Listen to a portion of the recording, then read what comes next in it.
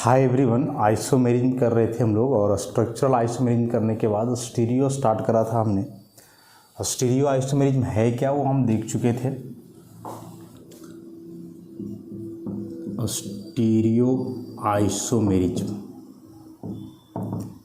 कि कंपाउंड का chemical constituents तो सेम होगा लेकिन उन केमिकल कंस्टिट्यूएंट्स का जो अरेंजमेंट होगा स्पेस में वह डिफरेंट होगा। अब यह जो स्टीरियो आइसोमेरिज्म है मेनली दो तरीके का,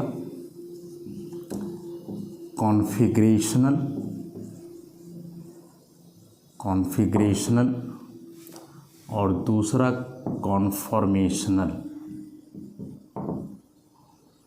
ये दो तरीके के होते हैं। कॉन्फ़िगरेशनल फर्दर दो तरीके का है,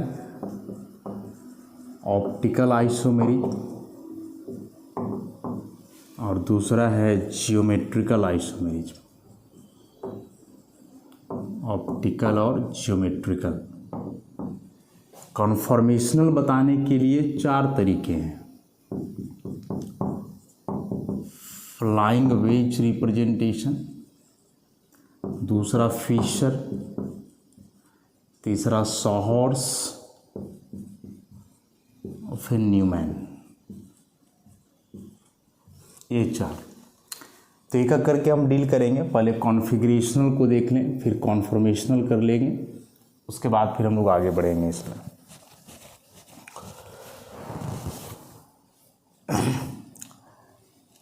अब एक कॉन्फ़िगरेशनल और कॉन्फॉर्मेशनल में थोड़ा सा अंतर अभी ही कर दें। दो स्टीरियो आइसोमर्स हैं, मान लो इस तरह के कोई स्टीरियो आइसोमर्स हैं, ए पी, यहाँ सी और यहाँ डी, और एक इस तरह का है ए बी ऐसे सी और ऐसे डी। ठीक है। अब ये दो स्टीरियो आइसोमर्स जो बनाया है मैंने, यदि ये दोनों स्टीरियो आइसोमर्स एक दूसरे में इंटर कन्वर्टिबल हो, ये दोनों एक दूसरे में इंटर कन्वर्टिबल हो simply by rotation through sigma bond. इन दोनों को एक दूसरे में हम बदलना चाहे केवल सिग्मा बॉन्ड का रोटेशन करके, इसको रोटेट कर दे और इसको रोटेट कर दे, इसे रोटेट करके ऊपर क्यों ले जाएं, इसको रोटेट करके नीचे क्यों ले आएं, तो ये वाला चीज़ तुम्हें मिल जाएगा। तो ये दोनों आइसोमर्स एक दूसरे में बदल पा रहे हों केवल सिग्मा बॉन्ड का रोटेशन करके, देन इसे हम कहेंगे कन्फॉर्मेशनल आइसोमर्स। कि the stereo isomers which are inter convertible simply by rotation about sigma bond. कि वैसे स्टीरियो आइसोमर्स जो एक दूसरे में बदल सकते हैं केवल सिग्मा बॉन्ड का रोटेशन करके, तो उसे हम कन्फॉर्मेशनल कहेंगे। लेकिन यदि वे एक दूसरे में इंटर कन्वर्ट हों बॉन्ड का रोटेशन से नहीं, बॉन्ड का ब्रेकिंग और रीमेकिंग से, जैसे मान लें कि ऐसा कुछ है, ठीक है, ऐसा कुछ है, इन दोनों की बात करें कि ये दोनों एक दूसरे में कैसे बदलेंगे। ठीक है। यहाँ देख रहे हो कि ए और ए सेम साइड है, बी और बी सेम साइड है। यहाँ ए और ए अपोजिट चले गए, बी और बी अपोजिट आ गए। अब तुम इसको चाहोगे इसमें इंटर कन्वर्ट करना, तो कैसे होगा बताओ। तुम्हें लग रहा होगा कि इसे रोटेट कर देंगे तो हो जाएगा, नहीं होगा, क्योंकि यहाँ बीच में पाई बॉन्ड है। हम जानते हैं सिग्मा और पाई का कहानी कि यदि दो एटम के बीच सिग्मा बन रहा है तो ऐसे करके हेड ऑन ओवरलैपिंग होता है, और पाई करने के लिए ऐसे साइड वाइज ओवरलैपिंग होता है, इस तरह से ऐसे। तो देख रहे हो कि यह जो सिग्मा है, इस सिग्मा को ब्लॉक किए हुए है पाई। तुम इसको कैसे रोटेट करोगे, इसे रोटेट करना चाहोगे तब तक ये दोनों आपस में मिल जाएंगे ना, ऐसे, क्योंकि ऊपर नीचे से ही बंधा हुआ है।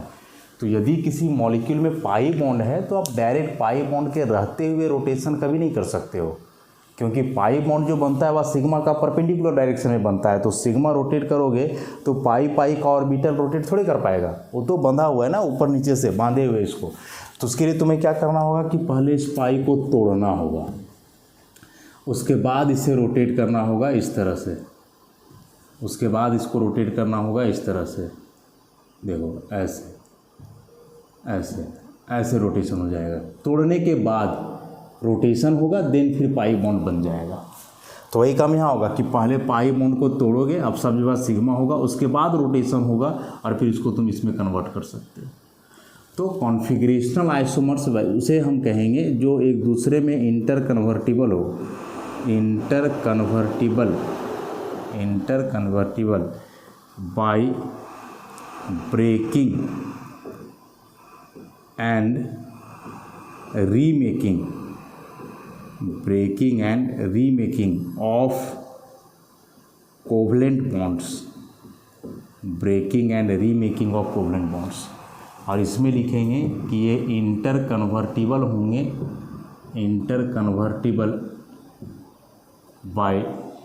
Convertible simply by rotation about sigma bond, by rotation about sigma bond. ठीक है, तो मोटा मोटी इतना सा बात याद रखो कि कन्फॉर्मेशनल आइसोमर्स में यदि वे एक दूसरे में इंटर कन्वर्ट हो पा रहे हो सिग्मा बॉन्ड को रोटेट करके केवल, तो वह हो गया कन्फॉर्मेशनल। और यदि वहाँ बॉन्ड को तोड़ना पड़े, फिर से जोड़ना पड़े, तब एक दूसरे में बदले इंटर कन्वर्ट हो, तो वह कहलाता है कॉन्फिगरेशनल। हम कॉन्फिगरेशनल से शुरुआत करने वाले हैं, मेन यही है। कन्फॉर्मेशनल उतना मायने नहीं रखता है अभी के लिए, तो कॉन्फिगरेशनल से स्टार्ट करेंगे हम। कॉन्फिगरेशनल, और कॉन्फिगरेशनल में दो बताए, ऑप्टिकल और जियोमेट्रिकल। दोनों में से किसी को भी पहले किया जा सकता है, पहले जियोमेट्रिकल ही कर लेते हैं हम लोग। कॉन्फिगरेशनल आइसोमर्स क्या लिखेंगे? द आइसोमर्स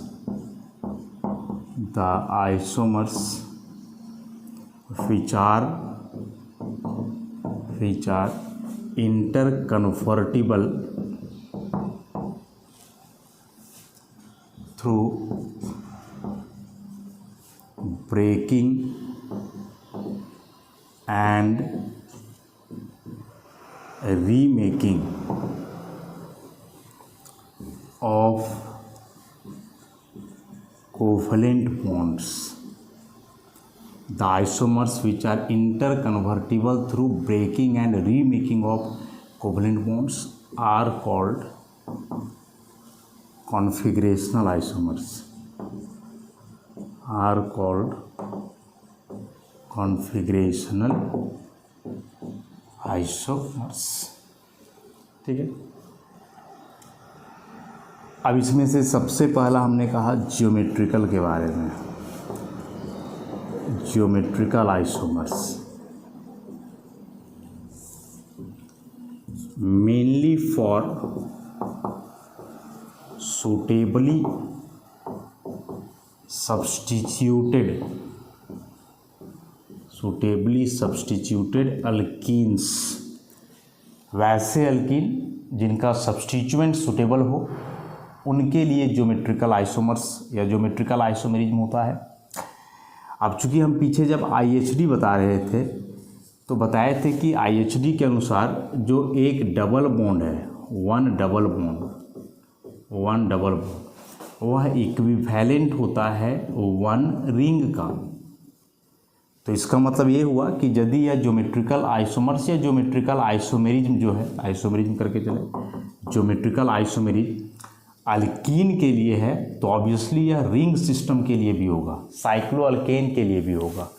तो ये जो दो तरह के कंपाउंड हैं, सुटेबली सब्स्टिट्यूटेड अल्कीन और साइक्लोअल्केन, इनके लिए जो है यह सुटेबल है, अल्कीन और साइक्लोअल्केन के लिए। उसमें से भी हमने लिखा है सुटेबली सब्स्टिट्यूटेड। इसका क्या मतलब है ज़रा ध्यान से हम देखेंगे। कार्बन कार्बन डबल बॉन्ड है, मान लें इस कार्बन में सब्स्टिट्यूएंट कुछ भी लगा हुआ है, जैसे P मान लो, इसमें भी P मान लो, इसमें भी P मान लो, इसमें भी P मान लो। ऐसे चेंज करेंगे, अलग अलग बात हम बता रहे हैं। P, इस बार यहाँ Q कर दो, फिर पी क्यू पी क्यू, फिर पी क्यू आर क्यू, उसके अतिरिक्त पी क्यू आर एस। ये कई केसेस बताए हमने। इस केस में क्या देखोगे कि जो डबल बॉन्ड वाले कार्बन हैं, इन दोनों कार्बन में सब्स्टिट्यूएंट सारे आइडेंटिकल हैं। यहाँ दोनों सब्स्टिट्यूएंट पी है तो यहाँ भी दोनों सब्स्टिट्यूएंट्स पी है। इसमें देखोगे तो डबल बॉन्ड का इस कार्बन में ये दो सब्स्टिट्यूएंट सेम है, इसमें दोनों अलग है। इसमें दोनों कार्बन के लिए सब्स्टिट्यूएंट्स अलग अलग हैं, इसमें भी वही बात है। तो यदि यह केस हो कि डबल बॉन्ड के जो दो कार्बन हैं उसके जो चारों सब्स्टिट्यूएंट्स हैं वे बिल्कुल आइडेंटिकल हों, तो ऐसे कंपाउंड ज्योमेट्रिकल आइसोमेरिज्म शो नहीं करते हैं। डबल बॉन्ड में जो दो कार्बन हैं उनमें जो सब्स्टिट्यूएंट्स लगे हुए हैं, यदि वे सबके सब आइडेंटिकल हो तो उनमें ज्योमेट्रिकल आइसोमेरिज्म नहीं होता है। फिर यहाँ इसमें भी नहीं होगा, माने डबल बॉन्ड का जो एक कार्बन है ना, उस एक कार्बन का दोनों सब्स्टिट्यूएंट कभी आइडेंटिकल नहीं होना चाहिए, कभी नहीं होना चाहिए, तो वहाँ भी नहीं होगा। ठीक है। उसके बाद अब इसमें आ जाओ, यहाँ होगा इस डबल बॉन्ड वाले कार्बन का दोनों सब्स्टिट्यूएंट अलग है पी क्यू, यहाँ भी दोनों सब्स्टिट्यूएंट अलग है पी क्यू, ये शो करेगा ज्योमेट्रिकल आइसोमेरिज्म। यहाँ इसका दोनों अलग है पी क्यू, इसका भी दोनों अलग है आर एस, ये भी शो करेगा और ये भी करेगा, सब कुछ अलग है। इसका P और Q है तो इसका R और S है, ये भी शो करेगा। तो ज्योमेट्रिकल आइसोमेरिज्म कौन शो करेगा कौन नहीं करेगा, मतलब किस तरह का अल्कीन शो करेगा किस तरह का नहीं, वो हम बताए। तो उसके लिए ध्यान रखोगे कि डबल बॉन्ड वाला कार्बन जो है, उस कार्बन एक कार्बन का जो दोनों सब्स्टिट्यूएंट होगा वह डिफरेंट होना चाहिए। फिर दोनों कार्बन को मिलाओगे, दोनों कार्बन को, तो ये दोनों कार्बन को मिला करके ये जो चारों सब्स्टिट्यूएंट हैं उन चारों में से कम दो ही सेम होना चाहिए। जैसे यहाँ क्यू क्यू सेम है, यहाँ पी पी सेम है, क्यू क्यू सेम है, तो दो ही सेम होना चाहिए, मतलब दो पेयर, एक पेयर दो पेयर, ऐसा नहीं होना चाहिए। ये तीन ग्रुप सेम नहीं होना चाहिए। जैसे इस कार्बन में पी पी पी टोटल तीन ग्रुप हो गया आइडेंटिकल, तो ऐसा केस नहीं आना चाहिए, क्योंकि इस तरह का जो कंपाउंड होता है या अल्कीन, वह ज्योमेट्रिकल आइसोमेरिज्म शो नहीं करता है। तो एक बेसिक सा बात हुआ कि या तो डबल बॉन्ड के कार्बन वाले चारे सब्स्टिट्यूएंट टोटली डिफरेंट हो, या फिर दो सेम दो डिफरेंट हो, दो सेम नीचे फिर दो सेम हो, चारों सेम या तीन सब्स्टिट्यूएंट सेम यदि होगा तो उनमें ज्योमेट्रिकल आइसोमेरिज्म कभी नहीं होगा। अब फिर यह ज्योमेट्रिकल आइसोमेरिज्म कई तरह का है। ये जो ज्योमेट्रिकल आइसोमेरिज्म है यह फर्दर कई तरह का है।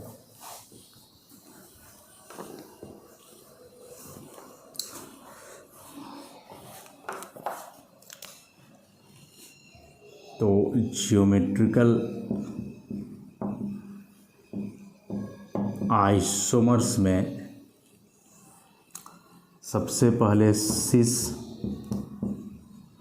Trans isomers.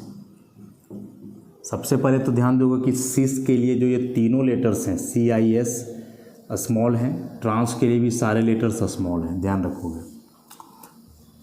तो जो सिस आइसोमर है या फिर जो सिस फॉर्म होता है किसी भी कंपाउंड के लिए, सिस फॉर्म वो तब होता है when the to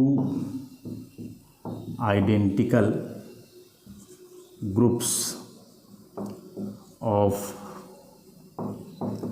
Dabali bonded carbon atoms are on the same side of double bond। और इसी प्रकार से इसका ट्रांस आ जाएगा, ट्रांसफॉर्म। इसमें से लिखोगे when the two identical groups of doubly bonded carbon atoms are on the opposite sides of the double bond।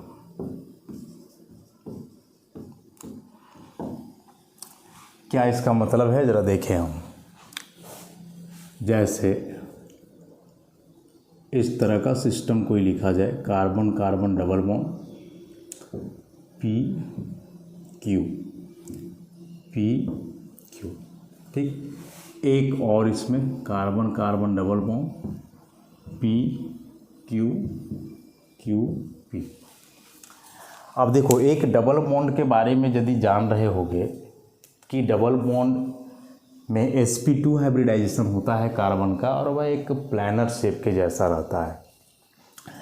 तो इसमें से दो तरह के फेस हैं, एक ये वाला फेस है दिस वन, इसको कंसिडर करेंगे, और दूसरा ये वाला कंसिडर करेंगे दिस वन। ये दो तरह के फेस इसमें आते हैं। तो हमें करना क्या है कि कोई एक फेस साइड देखना है कि इस फेस में जो दो ग्रुप्स हैं ये दोनों आइडेंटिकल हैं कि डिफरेंट हैं। तो यहाँ दोनों पी दिख रहा है, ऐसे यहाँ दोनों क्यू दिख रहा है, लेकिन यहाँ देखोगे तो डिफरेंट है, एक तरफ क्यू है एक तरफ पी है। अब यदि तुम यहाँ आइडेंटिकल ग्रुप को देखोगे तो ये आइडेंटिकल ग्रुप एक दूसरे से अपोजिट है। ये क्यू नीचे वाले फेस में आ रहा है तो ए वाला जो क्यू है वो ऊपर वाले फेस की तरफ जा रहा है। तो यहाँ लिखें कि जब दो आइडेंटिकल ग्रुप्स डबली बॉन्डेड कार्बन में दो आइडेंटिकल ग्रुप्स डबल बॉन्ड के सेम साइड हों, सेम साइड का मतलब यही हुआ सेम फेस की तरफ हो, इसका पी और इसका पी सेम फेस में है, इस प्रकार से इसका क्यू और इसका क्यू सेम फेस में है। तो यदि ऐसा सिचुएशन हो तो उसे हम सिस कहेंगे, तो this one is cis form. और जब ऐसा सिचुएशन आ जाए अपोजिट हो तो उसे हम ट्रांस कहेंगे, ट्रांसफॉर्म। बड़ा आसान सा है, इसमें बहुत दिमाग लगाने वाला जैसा कोई चीज़ है नहीं, ठीक है। अब इसी में चलो एग्जाम्पल हम लोग देखें कुछ। ClCH डबल बॉन्ड ClCH, वैसे यहाँ ClCHHCl। देखो अब यहाँ एक क्लोरीन क्लोरीन सेम साइड है, हाइड्रोजन हाइड्रोजन सेम साइड है, सिस लगा दोगे। क्लोरीन क्लोरीन अपोजिट है, हाइड्रोजन हाइड्रोजन अपोजिट है, ट्रांस लगा दोगे। बस इतना सा काम। नाम यदि इसका लिखोगे तो सिस डाइक्लोरो इथीन, यहाँ ट्रांस डाइक्लोरो इथीन। तो नाम तो ऑब्वियसली सेम ही रहेगा, बस सिस और ट्रांस तुम्हें बता रहा है कि वह जो डाइक्लोरो है वह दोनों क्लोरीन वहाँ सेम फेस में होगा, सेम साइड होगा, और ट्रांस बता रहा है कि वे अपोजिट होने वाले हैं, ठीक है। इतना सा बात याद रखना है। इसी में कई एग्जाम्पल्स हैं।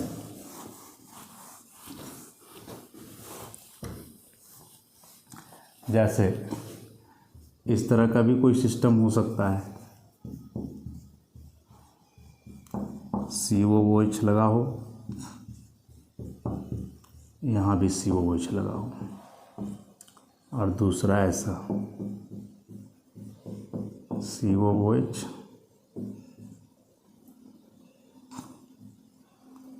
इधर भी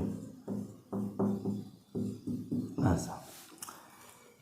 इसमें डबल बॉन्ड का फेस देखना है, ठीक है। जैसे बताए तो डबल बॉन्ड का फेस ऐसे नहीं ना होगा, यहाँ डबल बॉन्ड वर्टिकल दिखाए हो तो तुम्हें ऐसे देखना है, एक फेस हुआ इधर एक हुआ। तो यहाँ देखो इस फेस में दोनों ग्रुप आइडेंटिकल है, COOH, इधर भी दोनों आइडेंटिकल है, लेकिन यहाँ देखोगे तो डिफरेंट है, COOH HCOOH।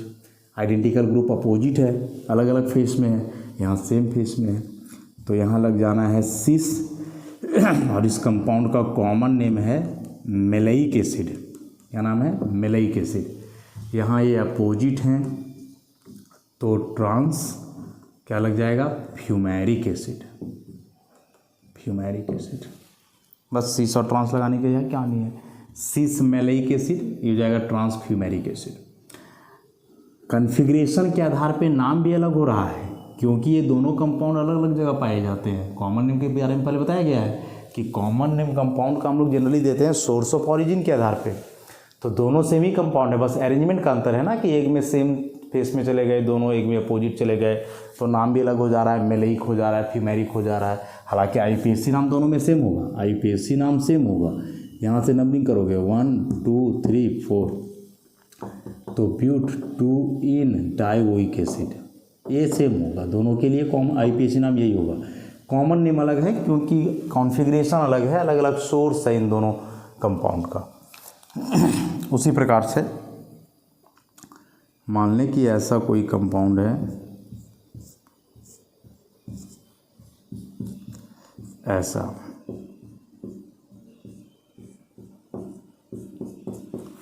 और एक इसी का दूसरा फॉर्म बना दो,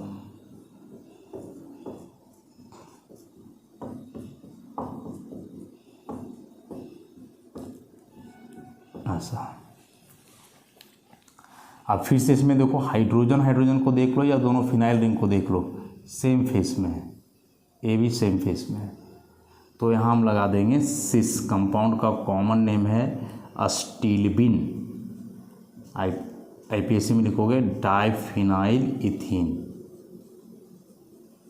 वैसे यहाँ ये अलग अलग है तो ट्रांस, कॉमन नेम सेम ही है इसका, अस्टीलबिन, और ये तो सेम ही रहेगा डाइफिनाइल इथीन, ऐसा। तो अभी तक ये जो एग्जांपल्स हमने 3 एग्जांपल करें, डाइक्लोरोइथीन के लिए, मेलाइक फ्यूमेरिक माने ब्यूटीन 2 डाई ओइक एसिड, और एक अस्टीलबिन के लिए। और इन तीनों एग्जांपल में क्या था कि दोनों पेयर आइडेंटिकल था। दोनों पेयर मतलब यहाँ COH मैच कर रहा था तो H और H भी मैच कर रहा था। यह ज़रूरी नहीं है, कोई एक पेयर ही मैच कर सकता है। जैसे मान लो कि कोई ऐसा सिस्टम हो CH3 CBr CH2 CH3 Br, और इसी के बदले एक और बनाओगे तो CH3 CBr, यहाँ Br CH2 CH3, ऐसा। अब देखो यहाँ CH3 है, यहाँ CH2 CH3 है, तो ये तो आइडेंटिकल नहीं हुए ना, आइडेंटिकल ये दोनों है केवल, ब्रोमीन ब्रोमीन। यहाँ अलग हो गया, आइडेंटिकल ये दोनों है ऐसे। तो यहाँ ये जो आइडेंटिकल ग्रुप्स हैं ये अपोजिट फेस में, एक ही ऊपर का फेस में है तो दूसरा नीचे का फेस में है। तो यहाँ आप लगाने वाले हो ट्रांस, यहाँ लगाने वाले हो सिस। कॉमन नेम इस कंपाउंड का लिखा नहीं जा सकता है जनरली कुछ, या डाइब्रोमोपेंटीन 2 पेंटीन करके लिख सकते हो, उससे बेहतर आईपीएससी नाम लिख दो 1 2 3 4 5 2 3 डाइब्रोमो पेंट 2 इन, ये इसका नाम हो जाएगा। यहाँ भी नाम तो वही रहेगा, नाम यहाँ भी वही रहेगा 2 3 डाइब्रोमो पेंट 2 इन। ठीक है, तो अभी तक का एग्जाम्पल में जो हमने किए उसमें से 2 केस, पहला केस कि 2 पेयर जो है डबली बॉन्डेड कार्बन का, दोनों आइडेंटिकल हुए, दोनों पेयर, और फिर एक में एक पेयर आइडेंटिकल हुआ, दूसरा अलग अलग हो गया। यदि ऐसा हो तो क्या लिखेंगे ज़रा बताओ। मान के चलो कि तुम्हें कोई ऐसा सिस्टम दिया गया है, क्या लिखोगे? Cl CH3 Cl Cl। बताओ इस कंपाउंड में सिस लिखोगे या ट्रांस लिखोगे, क्या लिखोगे? अभी शुरुआत में हम बता चुके हैं, देखो 3 ग्रुप सेम हो गया तो शो नहीं करेगा। क्यों नहीं शो करेगा, अब इसका वजह समझ लो तुम। अब इन दोनों क्लोरीन को तुम देखोगे तो ये डबल बॉन्ड का सेम फेस में है, तुरंत कह दोगे सिस। लेकिन ये दोनों क्लोरीन को देखोगे तो ये अलग अलग फेस में है, इधर है तो ये नीचे की तरफ है, तो कह दोगे ट्रांस। अब एक ही कंपाउंड के लिए तुम सिस भी लिख दे रहे हो और ट्रांस भी लिख दे रहे हो, और सिस और ट्रांस हम जान रहे हैं कि 2 अपोजिट कॉन्फ़िगरेशन है। अब यदि ये दोनों अपोजिट कॉन्फ़िगरेशन है तो फिर दोनों को एक साथ लिख करके क्या ही मीनिंग होगा। सपोज़ तुम्हें पूछा जाए, अभी इन चीज़ों को हम बता रहे हैं, समझा रहे हैं, और तुमसे पूछा जाए कि बताओ जी इसे समझे, तुम्हारा जवाब होगा कि सर समझे भी नहीं भी समझे, समझे भी नहीं भी समझे। तो इसका क्या मतलब हम समझेंगे? खाना खाए जी, सर खाए भी नहीं भी खाए, व्हाट डू यू मीन, क्या इसका मतलब है? कोई मतलब नहीं। 2 अपोजिट बात को एक साथ बोल रहे हो तो उसका कोई मतलब नहीं होता है। उसी प्रकार से तुम कह रहे हो कि यह कंपाउंड सिस भी है ट्रांस भी है, कुछ नहीं, या शो ही नहीं करेगा ज्योमेट्रिकल आइसोमेरिक। दोनों एक ही होगा तो कैसे शो करेगा? जैसे हम तुम्हें कहेंगे कि बाबू सिस 2 3 डाइब्रोमो पेंट 2 इन का स्ट्रक्चर बनाओ, तुम बना दोगे। लेकिन हम कहेंगे कि सिस इसका बनाओ, सिस ट्राइक्लोरो प्रोपीन का, बना पाओगे क्या? नहीं बना पाओगे, क्योंकि सिस बनेगा तो at the same time trans भी बन जाए। चारों सेम रहेगा तब तो और भी नहीं होगा। चारों सेम ही हो गया तो क्या ही लिखोगे बताओ तो इसका, ये सेम फेस में है, अपोजिट है, सेम फेस में है, नहीं होगा। तो डबल बॉन्ड के जो दो कार्बन है ना, दोनों कार्बन मिला करके एक पेयर ही सेम होने चाहिए, और वह जो पेयर सेम होगा ऑब्वियसली दोनों का मिला करके एक इस कार्बन का ग्रुप होना चाहिए, एक इसका। ऐसा भी नहीं चलेगा, ऐसा भी नहीं चलेगा कि यहाँ CH3 हो, यहाँ H हो, कार्बन यहाँ Cl हो, यहाँ Cl हो। सिस ट्रांस यहाँ भी लिखना पॉसिबल नहीं है, क्योंकि तुम दोनों को मिला करके ई फेस देखोगे। बताओ, ना तो ई फेस में कुछ तुमको आइडेंटिकल दिख रहा है, ना तो ई फेस में कुछ आइडेंटिकल दिख रहा है। ऐसे थोड़े देखना है, ऐसे नहीं देखना है, दोनों कार्बन का मिला करके जो फेस बनेगा उसे देखना है। तो ये भी शो नहीं करेगा। ठीक है, तो इतना सारा एग्जांपल दे करके एक तो क्लियर हो गया कि कब हम लोग सिस ट्रांस लिख पाएंगे, कब नहीं। तो अभी जो बताए हम वो डबल बॉन्ड का कार्बन के लिए बताए, ऐसा साइक्लिक सिस्टम के लिए भी होगा। तो साइक्लिक सिस्टम के लिए कैसे होगा उसे हम नेक्स्ट लेक्चर में कंटिन्यू करेंगे। आज के लिए इतना ही, धन्यवाद।